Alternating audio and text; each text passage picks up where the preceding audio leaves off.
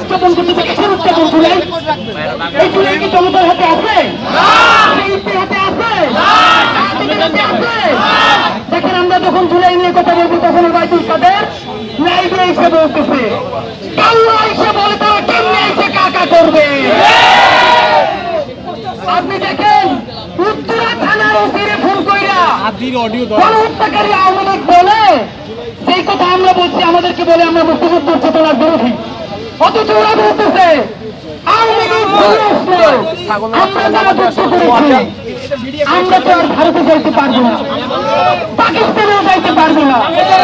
ওরা আবার লোকেরা বলতেছে যে আমরা তো ভারতে আসতে পারবো না, যাইবো কোথায়? আমরা কোথাও যাবো না, বাংলা জমিনে থাকবো।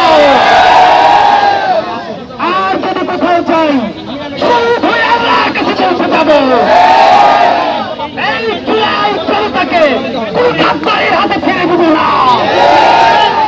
বন্ধুরা আমার, জুলাইয়ের ঘোষণাপত্র হয় নাই, জুলাই সনদ হয় নাই।